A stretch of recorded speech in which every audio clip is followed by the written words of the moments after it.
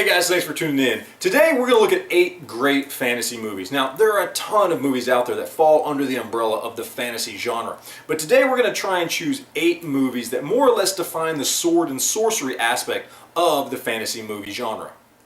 Alright, now if we're talking about fantasy, we have to talk about Lord of the Rings. Now, I could cheat here just a little bit and I could talk about the entire trilogy as a whole, but I'm going to go ahead and call out one specific movie, The Return of the King. It definitely is the standout movie of the entire trilogy, okay? It's got the best action, it's got the best story, it's got the best character development. Overall, it's definitely one awesome fantasy movie. Now, when we're talking about great fantasy, we have to talk about Ladyhawk. I mean, this is just one of the best fantasy movies ever made. I mean, it's got Rutger Hauer, Michelle Pfeiffer, and even Ferris Bueller himself, Matthew Broderick. Now, it starts off in a way that you almost think it's going to be a period piece until a few things start to happen and you realize this really is a fantasy movie. It's got a great concept about a man and a woman who want to be together, but they can't because during the day, he's a man while she's a bird, and at night, he's a wolf and she's a woman, and they're cursed to never be together again. And of course, with the help of Matthew Broderick's character, we get to resolve this issue, and we get a great fantasy story in the works. I mean, it really is one of the best pieces of fantasy to come out of Hollywood in the last 30 or 40 years.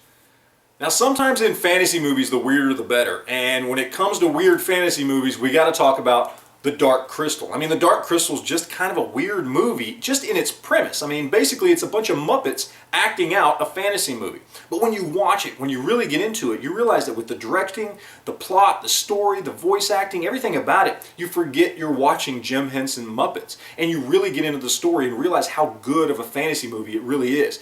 It also tends to be kind of an overlooked fantasy movie, especially nowadays. A lot of people under the age of 30 have never even seen it or even heard of it. If you haven't seen it, I urge you to go check this movie out. It's a really cool piece of fantasy movie history. Now, if we're going to talk about fantasy movies, we've got to talk about Excalibur. Excalibur is just an awesome fantasy movie. I mean, it's one of the best tellings of the King Arthur legend ever. It's got everything you wanted. It's got action, it's got adventure, it's got magic, it's got deception, it's got politics. It's got everything in it that you want in not just a good fantasy movie, but just a good movie, period. It's got some great actors when they were young. Actors like Liam Neeson, Patrick Stewart, and Helen Mirren. All in all, it's just a fantastic fantasy movie. And more than that, it's just a great movie to watch. Now, one movie that deserves to be on this list is Stardust. Now, this is a 2007 movie starring Ian McKellen, Claire Danes, Robert De Niro, Michelle Pfeiffer. Didn't even do that well at the box office, but once it hit DVD, it's kind of gained a cult following, especially among fantasy buffs. It really is a good movie. Now, it is kind of a hodgepodge mash of several different fantasy genres, from sword and sorcery to pirates to angels, but it's done so well and the cast does such a great job that it's easily one of the better fantasy movies ever made. Now, talking about great fantasy movies, we have to talk about Labyrinth. Yes, this is another Jim Henson's Muppet movie, but just like The Dark Crystal, it was done so well that you forget you're watching Muppets. I mean, this really was geared more towards mature audiences. This wasn't necessarily supposed to be a kid's movie, although with Muppets in it, obviously a lot of kids did go and see it. I mean, we've got Jennifer Connelly playing the heroine, we've got David Bowie playing the big bad king. It takes place in this wonderful, beautiful, but dark fantasy world. I mean, all in all, it's probably one of the better fantasy movies to come out in the last 30 or 40 years. Now, sometimes a great fantasy movie can be a great kids movie, and nothing proves that better than the Neverending Story. I mean, this is just a fantastic movie, no matter how you look at it. I mean, I watched this movie and loved this movie as a kid, and to this day I can still go back and watch it and love it just as much as I ever did. It's got a great story, great cast, great acting, it's got dragons, it's got stone monsters, it's got everything you want in a fantasy movie. It's got sword fights, it's got it all. All in all, I mean, I gotta recommend it. If you haven't checked this out, please go do yourself a favor and watch it. Now, last but certainly not least is one of my absolute favorite fantasy movies of all times, The Princess Bride.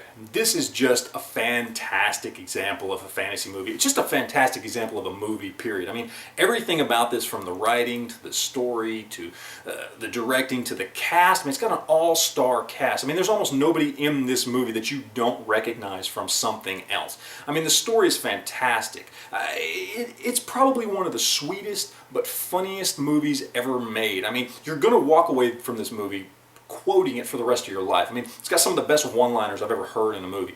It really is that good of a movie. I mean, the concept is pretty simple. It's about a guy falling in love with a girl and trying to rescue her from an evil king who wants to marry her. I mean, pretty simple concept, pretty basic when it comes to fantasy, but it's done in such a way that it really opens up this whole world in a way that we've never really seen before in a fantasy movie. All in all, one of the best pieces of fantasy ever. Well, there you have it, guys. There's my list of 8 great fantasy movies. Now, leave me a comment down below. Let me know if you agree with this list or not. And if you don't, what movies would be on your list of 8 great fantasy movies? As always, I appreciate you guys watching, and we'll talk to you later.